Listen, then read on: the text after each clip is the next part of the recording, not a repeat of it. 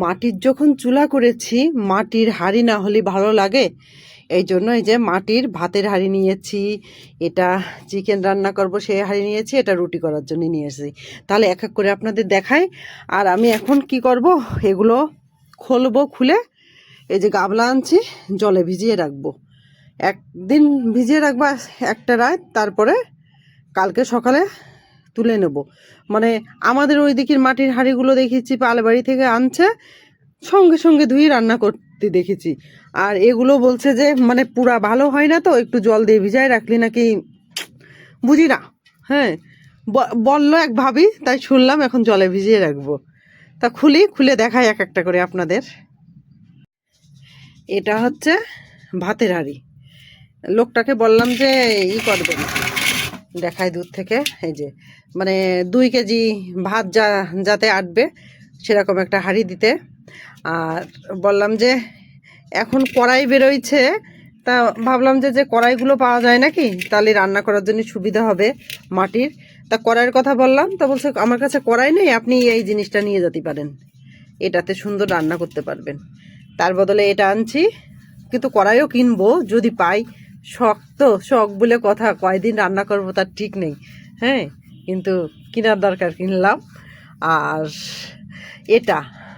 এটাতেও আমি মনে বলছে মা কালাই রুটির জন্য এই একটা নাও, কালাই রুটি বানানোর জন্য। তাই এটা নিয়ে নিলাম। এখন জানি না লাস্টিং করতে পারবে কিনা আমার কাছে। তা যদি লাস্টিং করতে পারে তাহলে তো ভালো। তা এখন এগুলো জলে ভিজিয়ে রাখবো, এই জন্য এই গামলাটা আনছি। হাঁড়িতে জল ভরে রাখবো আর এগুলো গামলার ভিতর ভিজিয়ে রাখবো। দেখি কি হয়, যখন চুলায় দিব তখন আপনাদের দেখাবো। হ্যাঁ, এই যে এখানে ট্যাপ ছেড়ে দিয়েছি, এই যে ভিজাতে দিয়ে দিলাম একটা, এবার আর একটা এনে দিব। এইবার হাঁড়িটা দিলাম। এটা হচ্ছে কি ছাদে আসছি, ভিজিয়ে ছাদে রেখে যাব। একটার পরে একটা রাখা যাবে, ভর কি সহ্য করতে পারবে, এটাই তো কথা।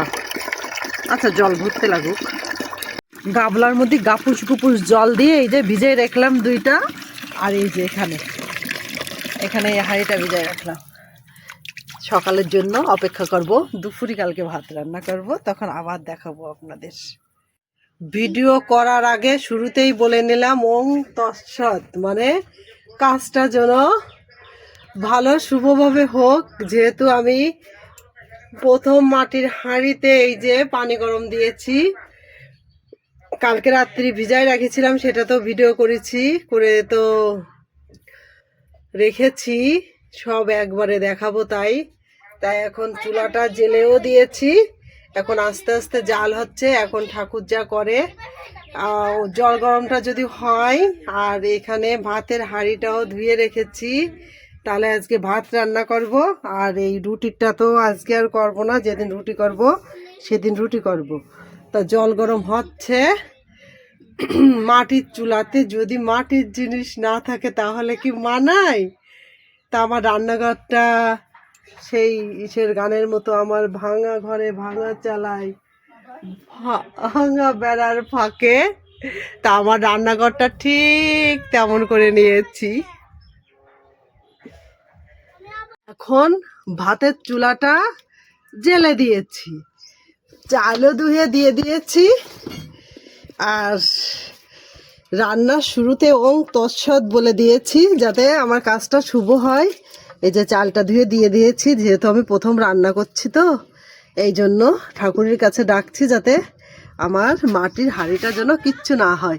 আর এটা দইয়ের সরা, আমি দই খেয়ে ফেলে দিই না, কিছু রেখে দিই, এই যে আজকে কাজে লাগলো।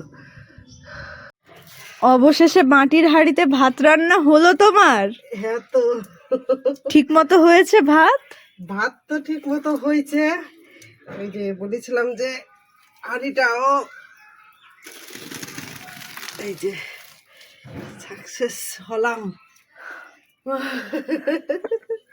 ভয় ছিল যে মানে হাঁড়িটা কিছু হয় কিনা ওই ভয়টাই বেশি পাচ্ছিলাম। তা যাক, কিছু হয়নি। ভালো থাকেন সবাই, আমি খুশি মাটির হাঁড়িতে ভাত রান্না করলাম আজকে।